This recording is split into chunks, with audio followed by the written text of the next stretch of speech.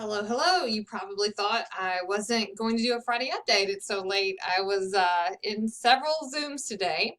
I wanted to just give you a quick update and let you know that I am working my way through your thesis statement discussion board and giving you some feedback on your working thesis statements as far as which one I think is, in addition to listen to your classmates, which one I also feel is maybe the best one you should go with or the clearest one, and just maybe even giving you some feedback for how to make sure that it is clear and on point. So once you hone that thesis statement, just make sure that appears somewhere in your paper. Traditionally, that usually is somewhere in the first or introductory paragraph. It's not always the case. Sometimes there's an introductory story paragraph, and then it ends up in the second or third. We've seen even in some of the examples we read at the beginning of the year that sometimes people's thesis doesn't come till the end. If that works, then that's fine, but just kind of be cognizant of how you've structured your argument.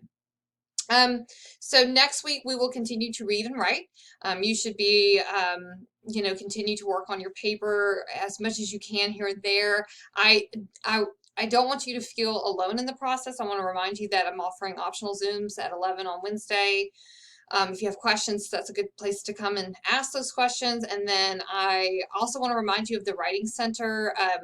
You're at the point where you probably have somewhat of a working draft started, or you're about to kind of get to that point. You don't have to have a final draft or a perfect draft to send to the Writing Center.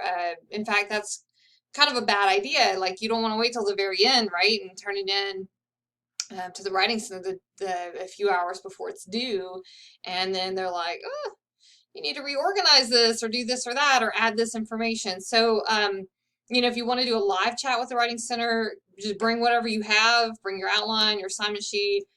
If you already have a paper started, even if it's not a complete paper, just tell them it's not a complete paper and just let them see where you are and give you some feedback and make sure you're going in the right direction. So don't forget about that. Next week, we're also going to be, this is like one of the most eye-opening and fun experiences to me of 1020 is that we are going to be reading example papers. So on D2L, and let me double check because I want to tell you the right thing. We are on next week is, believe it or not, week 10. So just be aware that it's week 10. And you'll see I believe it's 5 different examples under week 10. So you will read those yourself. And then as you're reading those, I'd like for you to talk about each type it out, each paper's strengths, things you think they do well, things that you think that they need to do to improve, and some things that might kind of help spark like what you should talk about. Could be things like, did they write an argumentative paper? Do they have a strong topic, a clear stance? Do they have a lot of really specific, nice subpoints? Take a look at their citations and references, their organization, their fully developed ideas. And then if you notice anything else, sentence level type stuff, then that's fine too. So you're going to do that, and then you are going to hopefully take that information and think about how that's looking for those students.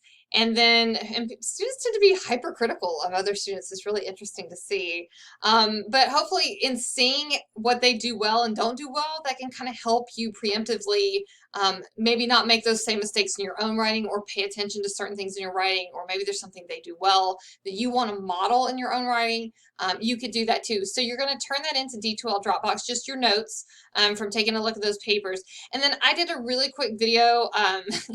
It's not my best work. I did a quick video kind of scrolling really quickly through those essays myself, just to kind of say, hey, just in scrolling through really quickly, these are some things that I noticed about these papers. These are what I like about them. And here's some things that if I were conferencing with this student, I would talk about and bring to their attention so that they can make some changes in their writing. So hopefully that will help you a little bit.